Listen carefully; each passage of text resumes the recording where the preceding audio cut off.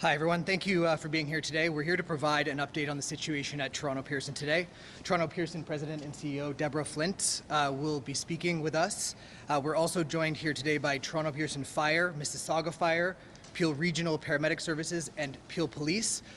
Deborah will not be taking questions today, but we'd like to welcome her up at this time. Okay, very good. Thank you very much. Deborah Flint, President Pearson, CEO of Toronto Pearson.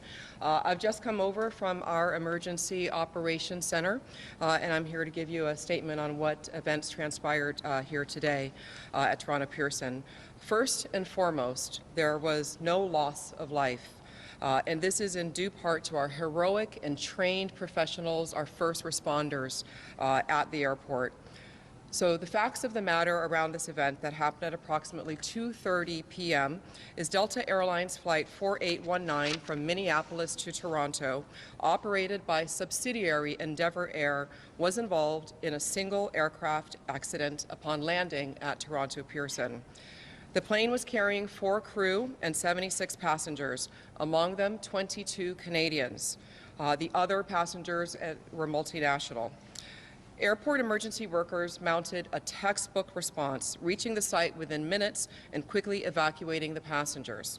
We stood up our Emergency Operations Center with Delta Airlines and representatives from fire, police, paramedics, security, and our federal agency partners. Again, there were no fatalities. 17 injured passengers were quickly taken to local area hospitals. At this time, we do not know of any of those passengers having critical injuries. We immediately halted further arrivals and departures on our remaining 3 runways. Those runways were reopened at approximately 5 p.m. The other runways are remaining to serve the investigation, which will be carrying forward for the rest of tonight and into the next several days. These 2 runways will remain closed while the investigation takes place. Again, we are very grateful that there was no loss of life and relatively minor injuries. We are very focused on the care and the concern and the passengers and the crew, some of whom have already been reunified with their friends and their families. Others we have in a comfortable place right here at the airport in an environment where they're getting a lot of care and support from my staff.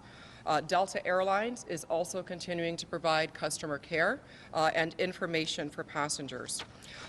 In closing, no airport CEO wants to have these type of press conferences, but this is exactly what our emergency, our operations, and our first responder partners are all practiced and trained for. And again, this outcome is in due part to their heroic work, and I thank them profusely. Our thoughts and prayers are with all. We will be providing more information as it becomes available. We do expect that there will be some operational impact and some delays at the airport over the next few days while the 2 runways remain closed for the investigation. And we will be sharing information periodically. For those traveling, continue to look at our website and be in touch with your respective carrier as well. Thank you for your time today.